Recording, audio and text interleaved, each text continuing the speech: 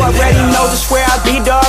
I ain't being cocky, but Philly what I'm reppin'. Watch me check it like it's hockey. I ain't tryna get it twisted. If you get it, then you got me. If you with it, cool. If not, I'll treat you like a Tamagotchi. I'ma let you down point. Yeah, I never disappoint. What's going on, guys? JHoyt back with you today. We got some NHL online seasons. I think it's part of competitive seasons, the game we have for you.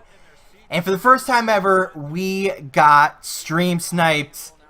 Well, sort of, not really, because one, I don't stream, and two, the person I'm playing against is also related to me and happens to be my brother. So somehow we end up getting matched up in a game of competitive seasons, and we end up playing it out, and I guess we'll let you guys enjoy it in the background.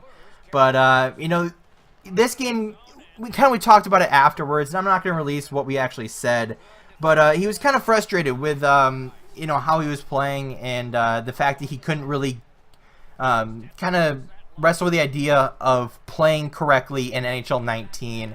And I kind of wanted to talk about it in more of a video, you know, format, because, you know, I was talking to him about it, and I figured, hey, this would be a good video idea as well. So he was getting frustrated with his strategies and, you know, him not playing well because of the new game and not getting used to it and all that fun stuff.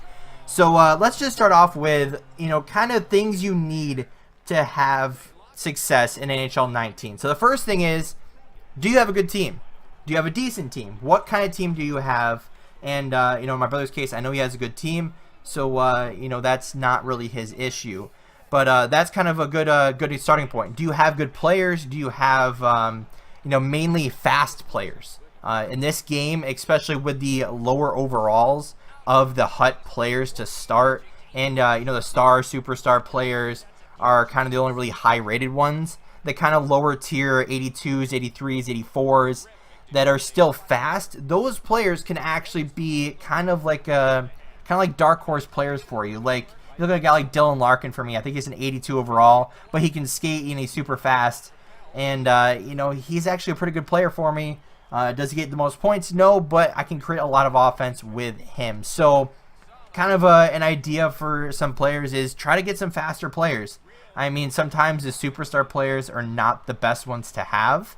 And if you look at guys like, you know, Anze Kopitar, John Tavares, those types of guys that are superstars, but are also kind of slower in the skating department, rather than like a McDavid or, you know, Dylan Larkin or guys that are actually, you know, have some speed behind them. So, you know, my team is not the best. I have a lot of 82s, 83s, 84s. I think my highest card is my goaltender at 87, I think he is. And my team's not the greatest, but I have fast players, and, you know, I know how to use them. And that kind of leads into my second point, you know, what kind of cards do you have? Do you have base cards? Do you have legends? You know, team of the weeks, you know, rookies, like what exactly do you have? You know, does that really matter? I don't really think so, other than, you know, do you know how to use them more of anything? But then kind of my biggest point while talking to my brother, and, you know, I kind of want to make it in this video as well, is strategies. And, you know, everyone has their own play style. Everyone has their own way of wanting to play NHL, or I guess any game mode, Call of Duty, you know, Fortnite, you know, whatever it is. Everyone has their own play style. Everyone, you know, knows what they want to do in game, what they want to look for in the game itself. And the actual strategies in game can help you with this. So if you like to kind of pass it around, throw it behind the net, and get some good opportunities from behind the net, then use behind the net as one of your strategies. Like, don't use overload or crash the net if you like to go behind the net. Now, that's just kind of like an easy answer. But then the other thing is, do you like to forecheck? And if you do, maybe put on 1-2-2 aggressive. But then, you know, there is some kind of downfalls with every strategy, and you just kind of have to play to that. Or are you like the guy that likes to forecheck with one guy, and then have kind of your computers cut off angles for you, in a sense, and you could use something like 1-2-2 passive. And, you know, if you just absolutely don't like forechecking, you just rather sit back in a neutral zone trap, then, you know, there's options for that. Personally, I hate it, but, you know, I kind of have it locked, as my strategies are locked, so they lock down kind of the breakout passes. Like, I sit back in a 1-4-4, in the neutral zone, but then also I play a 1-2-2 passive to where they kind of lock down the neutral zone. And, that's kind of how I play. I don't sit back, with my one guy. I always forecheck. And unless a guy's playing like an absolute loser and, is kind of sitting back in the neutral zone trapped the entire game, I usually don't. But, if a guy's actually playing and, using that one guy to forecheck and actually doing something, then I don't care. But, like I said, if you figure out how you want to forecheck, how you want to, use your offense, then the other thing is, what do you want to do on defense? Do you like to attack the puck carriers, and that's where like staggered or tight point or stuff like that could help. If you like to clog the slot and go for more block shots, then there's ways to do that. And with the block shot option and collapsing and protect net and stuff like that. And then you also look at the kind of the forward line strategies, I guess I'll call it, to where the behind the net, crash the net, and overload are, so those will definitely help. But then there's also 4 sliders you can use to determine how some AI plays during the game. So, I know my strategies aren't perfect. I recently looked up some good strategies to use, and I ended up just putting into what exactly he said. And I went up going with it. And so far, they've been working for me. I've been playing to those strategies, and they have been working for me. Now, yes, I kind of made myself play to those strategies, but like I said, if you find the way you want to play, find the the strategies that work best for you, then you can go about doing better in NHL Online.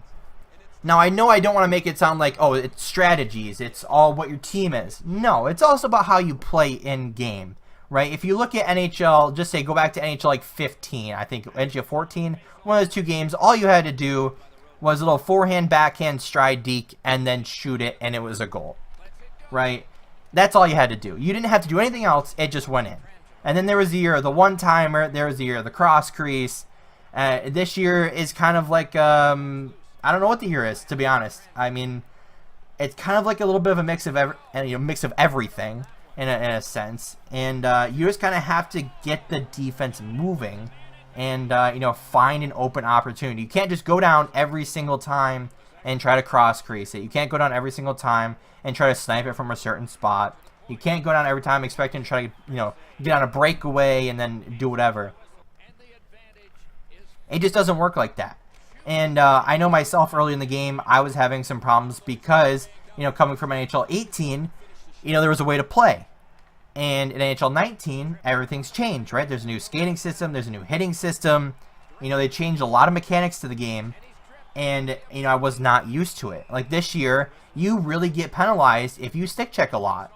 And, I really had to, I still struggle with it. I'm not perfect. I'm not saying the best player in the world. So don't think that. But you really have to play discipline this year. Be cautious of your right bumper. And if you're usually more apt to stick check rather than hit, or just kind of sit back and do nothing, then you really have to play discipline. Like I said, penalties are called like crazy this year, and it's just tough because I know my brother's not a bad player, and I know he's very good, but he doesn't have all the time to do into play. And, obviously he can't stay up to date with, what the kind of meta is of the game, whether it's more hitting or what the right strategies are and that type of stuff. And, I try to help him, but, he has his own life to deal with. And, I try when I can. But, like I said, the strategies, the way you play, your team, it all has an effect on the game. And, you just kind of have to find your way to play. And if HUT isn't your thing, then, like I said, there's other game modes. There's, offline game modes. There's, online versus. There's online shootout. There's stuff like that.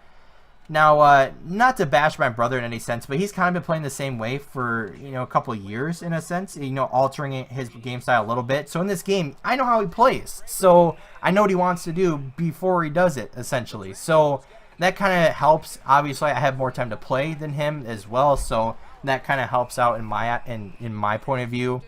But, he's not a bad player. Every time we play, it's not usually the closest. And, it's still just kind of fun doing that and playing because, you know, we're competitors. We know we love to play, and you know, it's always a fun time, even though you know, we can't just tie and make it even. But like I said, this video was kind of like a, you know, how to help you guys in NHL 19 type video. You know, not to bash my brother or anything. Like, I still love him, obviously. He's my brother. And, you know, it was kind of like a good idea in my mind to use the gameplay as an example in this video. But anyway, guys, I'm going to wrap it up here. If you did enjoy, hit the like button down below. If you have not already, hit the subscribe button. And as always, guys, we'll see you next time. I want you forever, even when we're not together. Scars on my body so I can take you wherever. Like, I want you forever, even when we're not together. Scars on my body.